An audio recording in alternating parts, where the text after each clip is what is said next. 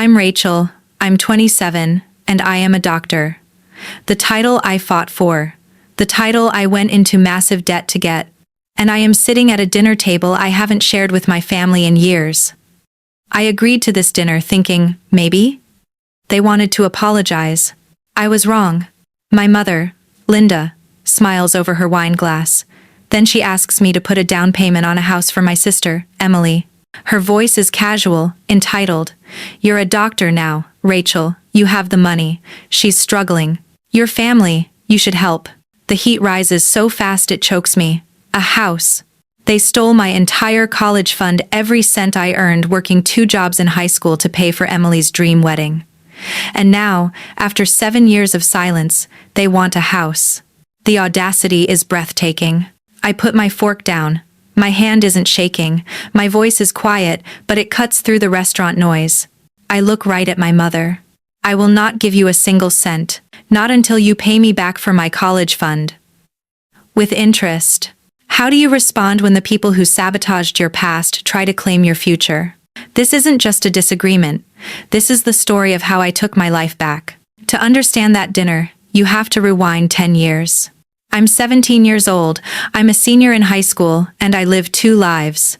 In one life, I'm a student, acing AP classes, my sights set on medical school. I'm determined to be a doctor. I crave it. Not just for the career, but for the escape. In my other life, I'm an employee. My first job is at a fast food joint. The smell of old fryer grease is my permanent perfume. It sinks into my hair, my clothes, my backpack. I can't wash it out. I spend my Fridays closing, wiping down sticky tables, my feet aching inside cheap, non-slip shoes. My hands are raw from the sanitizing solution. My second job is at the town library. The contrast is almost funny. The grease smell is replaced by the dry, sweet smell of old paper and floor wax. The frantic beeping of the fry timer is replaced by an oppressive, dusty silence. I'm invisible here, just a pair of hands pushing a metal cart, reshelving books, my mind a million miles away. I'm calculating a chemistry equation while stacking history books. I'm practicing anatomical terms in my head while scanning barcodes. I work 40 hours a week, 40 hours, on top of a full school schedule. Why? Because I am saving every single dime for college. This is my one-way ticket out. While I'm pulling a double shift, my sister, Emily, is at the mall. Emily is 2 years older, the golden child. She doesn't have a job. She doesn't need one. The family dynamic was simple. Emily was to be admired, and I was to be used. When Emily wanted a new dress for a dance, the money just appeared. When I needed new sneakers because I'd burned a hole in mine at the restaurant, I was told to use my next paycheck. I'd come home late, smelling like fries, and walk past Emily, who would be painting her nails on the couch, watching TV. She'd wrinkle her nose. "You stink, Rachel." And my mother would just laugh. I was the mule. I was the grinder. Emily was the princess. I knew this.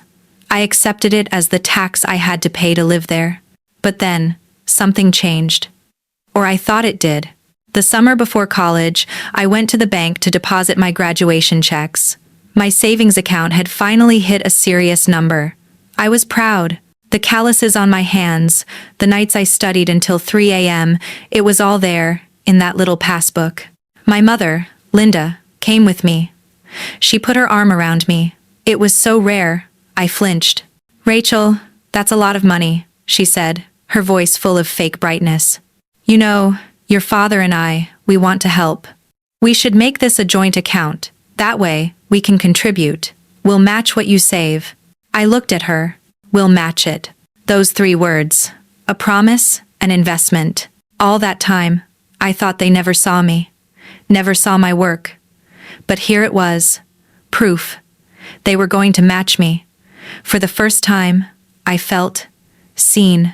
I felt like their daughter, not just their employee. So, I signed the papers. I tied my escape route to them. I handed them the rope. And I was so grateful. I thanked them for taking it. I started college that fall. I was 9 hours away from home, finally on my own, and completely exhausted. I'd moved into a tiny cinder-block dorm room, and for that first year, I lived on my savings. I budgeted every penny. I skipped the late-night pizza. I bought the used textbooks. I was meticulous, watching the account balance slowly go down, knowing I had enough for the first 2 years if I was careful. I felt safe. I believed in the plan. The discovery happened at the start of my sophomore year. I was 20 years old. It was a Tuesday. I had a chemistry lab in an hour, and I just needed to stop by the bursar's office to pay my tuition installment. It was the last step. My student loan, the small one I'd taken out for room and board, had already posted. This was the final piece, the money from my savings account. I walked into the office. It was bright, sterile, smelled like old carpet and laser printer toner.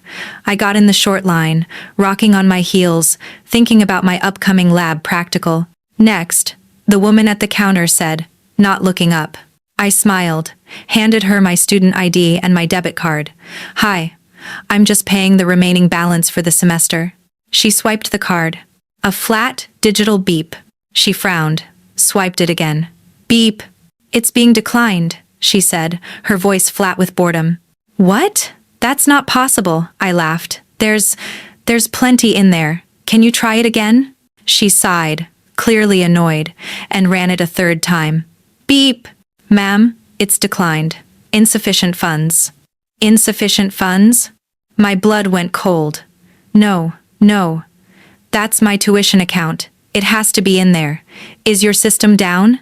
She looked at me for the first time, over the top of her glasses. Our system is fine. You need to call your bank. She handed the card back, her gesture a clear dismissal. Next. I stumbled back from the counter, my face burning. People in line were staring. Insufficient funds. I felt like a fraud, like a child who'd been caught. I ran out of the building. My hands were shaking. This is a mistake. It's a bank error. It's a hold. It's something stupid. I sprinted to the ATM in the student union. The quad was busy, people laughing, throwing a frisbee. My world had just tilted on its axis. I shoved my card into the machine. My fingers were slick with sweat. I jabbed in my PIN. Check balance, savings. The machine whirred for a second, and then the number appeared on the screen. Available balance, $0. I stared. I couldn't breathe. My vision went fuzzy at the edges. 0? It wasn't just insufficient. It was empty. Years of my life. Thousands of dollars. The grease, the library stacks, the 3 a.m. study sessions, the promise. Ling Meiyuan. It was gone. All of it. Panic, pure and black, washed over me. This wasn't a bank error. This was theft. My hands were shaking so hard I could barely hold my phone. I fumbled it, dropped it on the pavement. I snatched it back up, my breath coming in short, sharp gasps. I dialed my mother's number. My tuition was due today. My classes would be dropped. This was my life. This was my one chance. It has to be a mistake, I whispered, as the phone started to ring. It has to be. The phone rang. Once, twice. Hello? My mother's voice. Linda. She sounded casual, like she was in the kitchen, maybe chopping vegetables. Mom, I said, my voice cracking. Mom, the money. It's gone. All of it. From the joint account. Was it you? Did you move it? My tuition is due. I'm at the bursar's office and the card was declined. There was a pause. I heard her sigh. It wasn't a sigh of panic. It was a sigh of annoyance. Oh, that, she said. That one word, that. Like my entire future was a leaky faucet she'd been meaning to fix. What do you mean? Oh, that. I was almost screaming. Where is my money? My tuition, Mom. I'm going to be kicked out. Don't be so dramatic, Rachel, she snapped. We needed it. I heard my sister, Emily, laugh in the background, a high-pitched, breezy sound. My blood turned to ice. They were together. They were both in on this. My mind couldn't connect the dots. Needed it? Needed it for what? An emergency? A medical bill? Needed it for what? I demanded. What's more important than my college education? Another pause. This time, I could practically hear the shrug in her voice. Your sister is getting married. I didn't understand. What? What does that have to do with my... She's getting married, Linda repeated, her voice turning hard, like I was the one being stupid. To that new guy. And she's going to have the wedding she's always wanted. My legs gave out. I slid down the brick wall outside the financial aid office, my phone pressed so hard to my ear it hurt. What about my tuition? I whispered. Emily deserved a dream wedding, my mother said. The words were sharp, a judgment. Emily deserved it, and I did not. That was my money, I finally shrieked. I worked 2 jobs. That was my fast food money, my library money. You stole it. We did not steal it, Rachel. Don't be disrespectful. It was a joint account. We just reallocated it.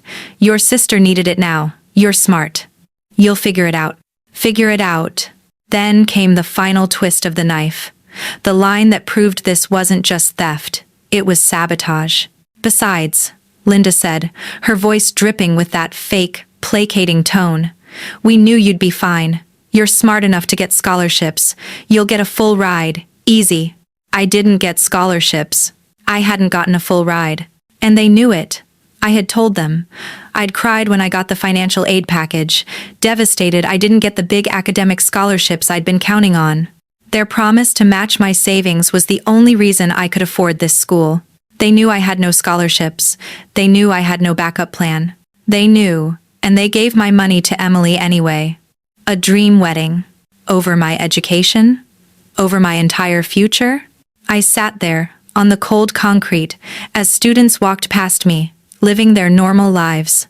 I finally understood. They didn't just take my money. They had stolen my labor, years of it. They had watched me run myself into the ground, smelling like grease, knowing they were going to give it all to the golden child. They didn't just see me as the mule. They saw me as the bank, and they had just made their final, devastating withdrawal. I don't remember hanging up. I just remember sitting there, the line dead, completely and totally, on my own. The consequences were immediate. I was 20 years old, 9 hours from home, and financially ruined. My first stop wasn't my dorm. It was back to the financial aid office, but this time, I wasn't at the payment counter. I was in the back, in the office that smelled like stale coffee and desperation. I sat across from a counselor. I told her what happened. My parents took my tuition money, I said. The words sounded insane, even to me. She just nodded. She'd heard it all. Your parents are on your FAFSA, Rachel. As far as the government is concerned, that joint account was their money. You're not an independent student. There's nothing we can do. So what can I do? I begged. I can't pay. I'll be kicked out. She pushed a stack of papers across the desk. Master promissory notes, unsubsidized federal loans, private bank loans. This is the only option, she said. You'll have to take out massive student loans. I looked at the interest rates, the fine print, the bold, terrifying numbers. This wasn't the small loan I'd taken out for my dorm. This was a mortgage. A mortgage on a future I wasn't even sure I'd get to have. My hand was shaking, but I signed. I signed every single page. I signed my future away because my sister deserved a party. I walked out of that office shackled. I was no longer just a student. I was a debtor. My life changed instantly. I couldn't just be a student anymore. I had to be a machine. I moved out of the dorms and into a tiny, rundown apartment with 3 roommates I found on Craigslist. My diet became a joke. I lived on instant ramen, cheap coffee, and whatever was free at student events. The smell of that artificial chicken broth powder. That, to me, is the smell of resentment. It's the smell of my anger simmering on a hot plate. While other students were going to football games, I was working. I got a new job in the campus lab, washing beakers for minimum wage. I worked every hour they'd give me. My days became a blur. Wake up at 5 a.m., study, class, lab work, study. My real lab work, the medical school prep. Then my job, washing beakers. Then back to the library until they kicked me out at 2 a.m. Sleep for 3 hours. Repeat. I was running on fumes. I was pale, I was thin, and I was furious. About a month later, I got a text from an aunt. It was a link to a photo album. Emily's wedding. I clicked it. I don't know why. I guess I had to see it. It was lavish. Emily was in a designer dress that must have cost thousands. The venue was a beautiful, historic hall, draped in flowers. There was a sit-down dinner for 200 people, a towering, intricate cake.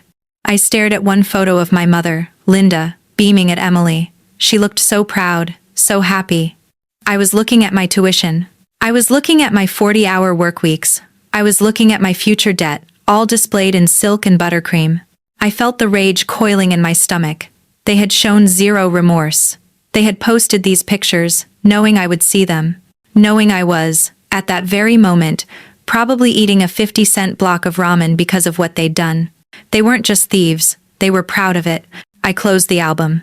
I felt a strange calm settle over me.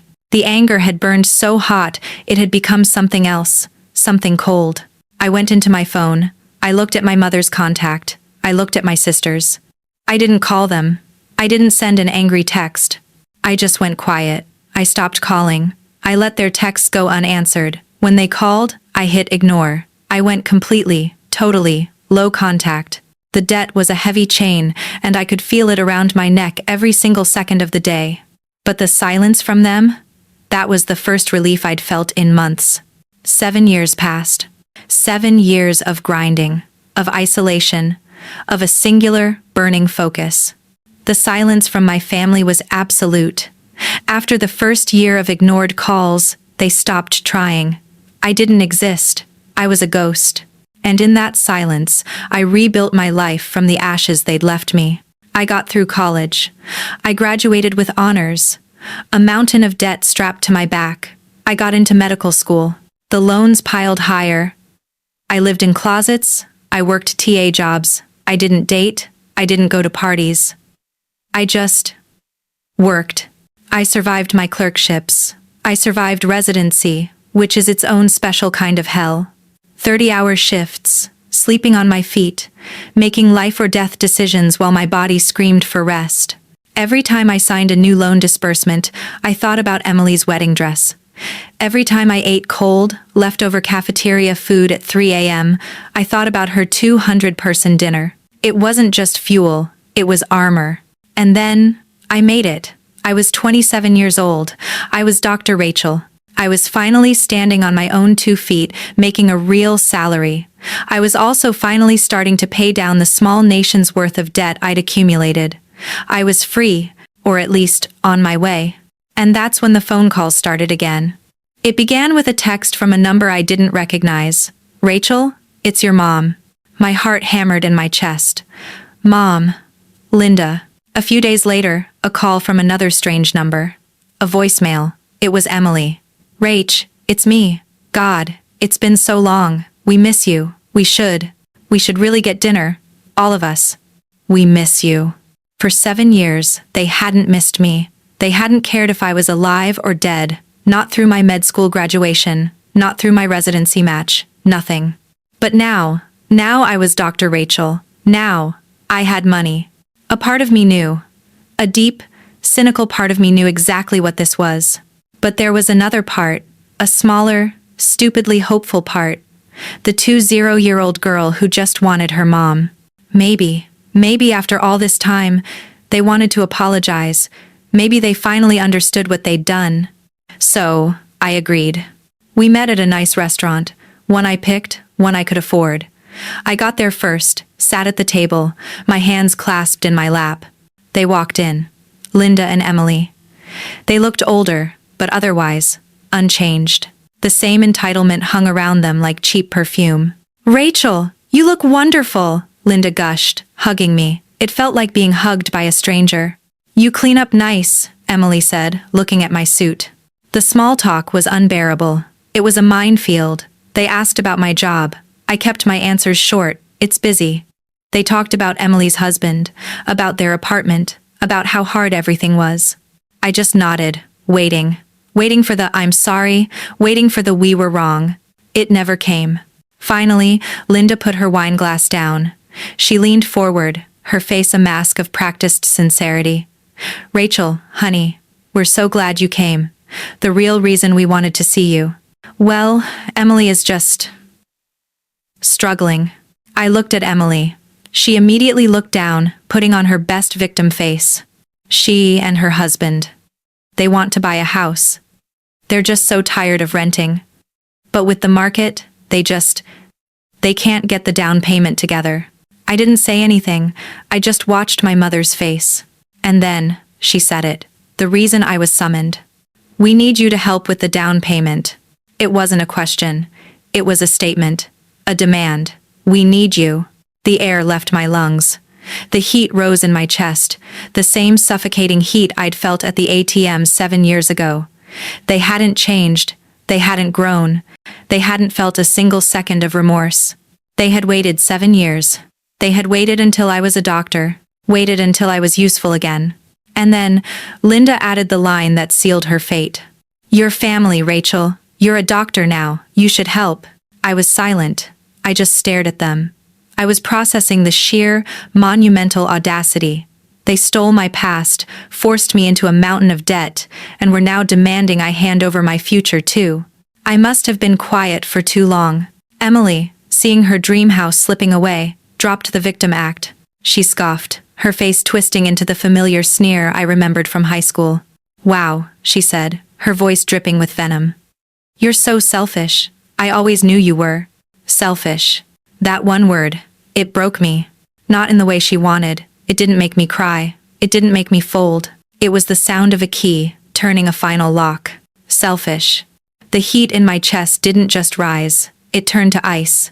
It was a cold, sharp clarity. I was selfish? For working 40-hour weeks at 17? For wanting the education I paid for? For spending 7 years of my life climbing out of the pit they threw me in? I looked at their faces.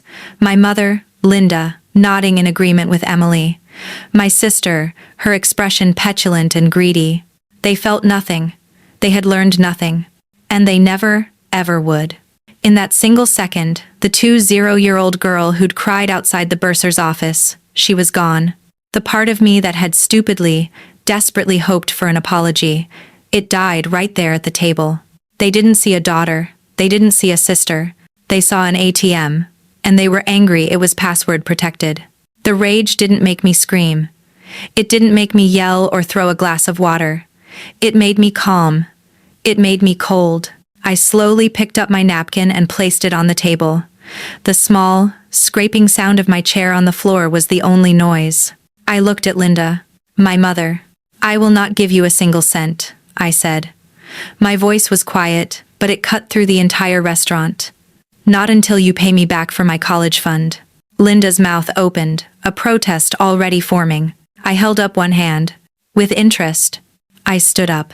Linda's face was white with shock. Emily looked furious, her eyes wide. Rachel, you can't, she started. I can, I said. Goodbye, Linda. Goodbye, Emily. I turned my back on them. I walked out of the restaurant. I didn't run. I walked. I felt every single eye in the place on my back. I kept my head high. I didn't look back. I got to my car. I got in, shut the door, and the silence of the vehicle was deafening. Then my hands started to shake. The adrenaline hit me like a truck. The deep, rattling breaths of a 7-year-old trauma finally being released. I didn't cry. I pulled out my phone. The screen glowed, illuminating my shaking fingers. I went to my contacts. I found Linda. Block. Are you sure you want to block this contact? I pressed block. I found Emily. Block. The flying monkeys, my aunts and cousins, they'd start texting soon. I knew the drill. I went down the list. Aunt Mary, Uncle Steve, my cousin, block, block, block. The beep of each confirmation was the most beautiful sound in the world. It was the sound of chains breaking. It was the sound of a door being locked. It was the sound of me, finally, choosing myself. The fallout was predictable. My phone exploded. First came the texts from numbers I didn't recognize, my aunts, my cousins, the flying monkeys of the family, all sent by Linda. Your mother is devastated. How can you be so cold? Emily deserves that house. You're being selfish. That word again. Selfish. It had lost its power. It was just a noise. I didn't reply. I just blocked every single number. Block, block, block. With every press of the button, I felt a little lighter. The karmic justice here isn't loud. It's not dramatic. It's simple. Emily never got her down payment. Linda is furious that she's lost control of her investment, the daughter she thought she could just put on ice and tap when she was profitable. They are angry. And they are, for the first time in my life, completely and totally powerless. The person I was most afraid to tell was my therapist. I sat in her office, Dr. Walsh's office, the next week. The room is my one true safe space. I told her everything. The dinner, the demand, the selfish comment, and my final line. With interest. I finished, and I held my breath, afraid she'd say I was too harsh, afraid she'd say I should have tried to build a bridge. Dr. Walsh just looked at me, a small, proud smile on her face. "Rachel," she said, her voice so kind it almost broke me. "That's not harsh. That was a boundary. I am so proud of you for standing up for yourself." Proud. A mother had never said that to me. Not my mother, anyway. Hearing it from her, it was like a fractured bone finally setting straight. It was the validation I had needed for 7 years. I wasn't the selfish one. I was the survivor. My new life began the next morning. I woke up in my own apartment, the one I pay for. The sun was streaming through the window. It was quiet. I got up. I walked to my kitchen. I made a cup of coffee. I held the warm mug in my hands, a simple, cheap mug that I'd bought myself. And I just stood there. There were no demands. No one was going to call me and ask for money. No one was going to steal from me. There was no grease to wash off, no second job to run to. It was just peace, a feeling so foreign. It took me a minute to recognize it. My win isn't what they think it is. I am a doctor. I have the career I dreamed of, but I am not rich. The theft left permanent scars. I am still paying off those massive student loans, the ones I had to take out because of what they did. Every month, when I make that payment, I am reminded of the cost. They didn't just steal my savings, they stole my financial freedom for decades. My win isn't financial. My win is that I am free. I am free from the guilt. I am free from the obligation. I am free from the tiny, whispering hope that they might one day, finally, love me the way I deserved. I've accepted that they won't. And I've built a found family that does people like Dr. Walsh, my friends who have seen my struggle and respect my boundaries. They didn't just steal my money. They tried to steal my future. They tried to sabotage my education, and then, when I succeeded despite them, they tried to claim the profits. But I refused to let them. I took the power back. What's the highest price you've ever had to pay for your own freedom? Let me know in the comments.